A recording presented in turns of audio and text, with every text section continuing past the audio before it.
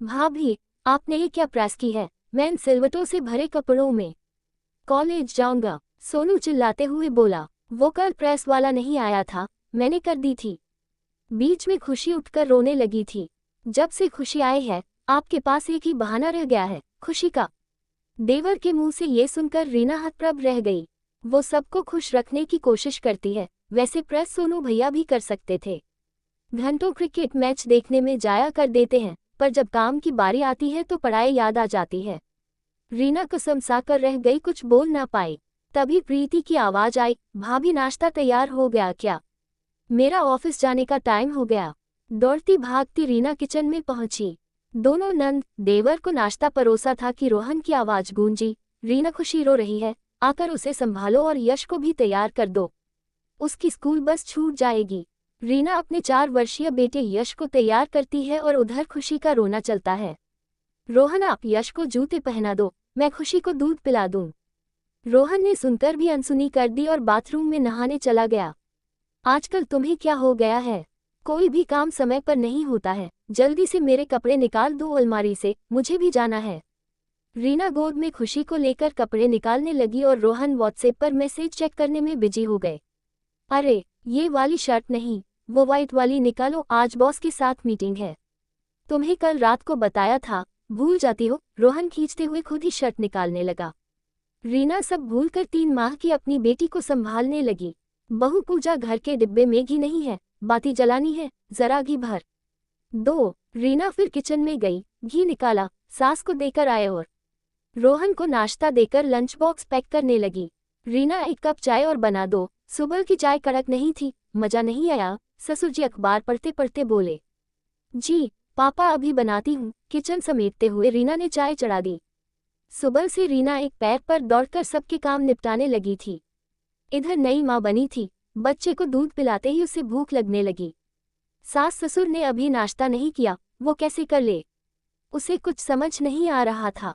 ये भी कोई कानून हुआ? बहू को भूख लगती रहे, पर सास ससुर ने खाया नहीं इसलिए वो भूखी रहे।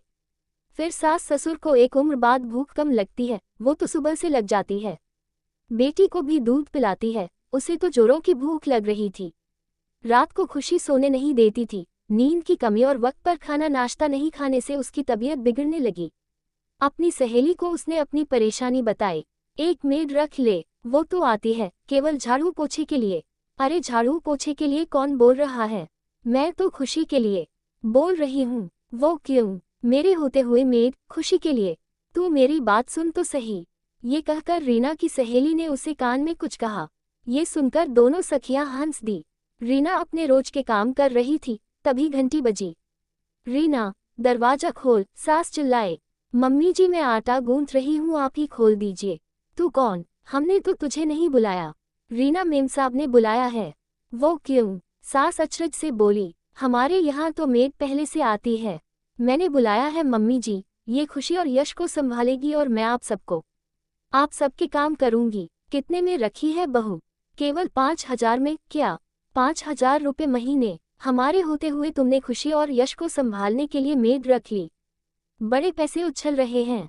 अपने पति की कमाई यूं उड़ाते हुए शर्म नहीं आ रही है?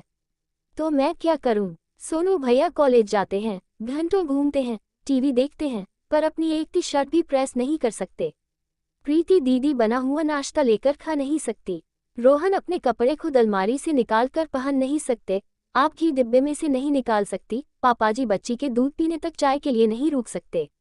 रोहन यश को स्कूल के लिए तैयार नहीं कर सकते। बताए, मैं अपने बच्चों को संभालूं या आप सबके काम करूं? जो आप सब खुद भी कर सकते हैं। पहले मैं बहू थी, पर अब मैं 2 बच्चों की माँ भी हूँ। किसकी तरफ फर्ज निभाऊं, क्या करूं? आप सबके होते हुए मुझे मेड रखनी पड़ी। मेरी बच्ची को मैं वक्त नहीं दे सकती। आप सब भी बिजी हैं, तो रोती हुई बच्ची को कौन चुप कराए? आप सब ने मुझे बहू नहीं, अलादीन का चिराग समझ रखा है, जो एक हुक्म में ही काम कर ले। मैं भी इंसान हूँ, छोटी बच्ची के साथ रात को सो नहीं पाती, कई बार जागना होता है। यश को भी संभालना होता है। आप सबको चाय, दूध, नाश्ता, कपड़े सब हाथ में चाहिए। आपको अपने बेटे की शादी लड़की से नहीं, अलादीन के चिराग से करनी चाहिए थी। मुझे यही ठीक लगा, मैं आप सबको संभालूं और मेरी बच्ची और यश को मेड संभाले। आप सब तो फिर भी अपना काम खुद कर सकते हैं, जैसे मेरे आने से पहले करते थे, पर खुशी तो अभी छोटी है, वो तो हर काम के लिए मेरे ऊपर निर्भर है। यश भी इतना बड़ा नहीं है, मुझे उसे तो पूरा वक्त देना है। मैं कोई अलादीन का चिराग नहीं हूँ, जो बस हुक्म देते ही हर काम के लिए हाजिर हो जाऊं। मम्मी जी, घर सबका है तो काम अकेली बहू ही क्यों करे? सबकी जिम्मेदारी बनती है, सबका फर्ज बनता है। बहू के आते ही सारे काम उस पर डाल देना क्या ठीक है? बच्चों की परवरिश में पिता को भी मदद करनी चाहिए। एक अकेली औरत क्या क्या करे? आप बहू को रानी बनाकर लाते हैं, गहने, कपड़े, मेकअप के सामानों से उसकी गोद भर देते हैं, पर बाद में वो काम करती हुई सामानों से उसकी गोद भर देते हैं, पर बाद में वो काम करती हुई नौकरानी बनकर रह जाती है। सबको लगता है बस एक ही आवाज में बहू हर काम कर दे, कभी ना नुकुर नहीं करे, सिर झुकाए हुए सबका हुक्म मानती रहे। जब बेटी भूख लगने पर पहले खा सकती है, तो बहू पर भी रोक नहीं होनी चाहिए। उसे भी दर्द होता है, उसे भी भूख लगती है, उसे भी नींद आती है, वो भी एक माँ है, उसका भी कभी जल्दी उठकर काम करने का मन नहीं करता है। आखिर में वो भी इंसान है। कहते कहते रीना चुप हो गई। सब खामोश, चुपचाप खड़े थे। सबको अपनी गलती का एहसास हुआ। सास ने सुबह किचन में हाथ बटाना शुरू कर दिया, थोड़ी बहुत घर की जिम्मेदारी संभाल ली, नंद देवर अपना काम खुद करने लगे। रोहन ने यश को तैयार करने से लेकर बस स्टॉप छोड़ने तक का जिम्मा ले लिया। दूसरे दिन ही मेड हटा ली। रीना अपनी बच्ची खुशी की और यश की अच्छे से परवरिश करने लगी। रीना ने अपनी सहेली को फोन पर धन्यवाद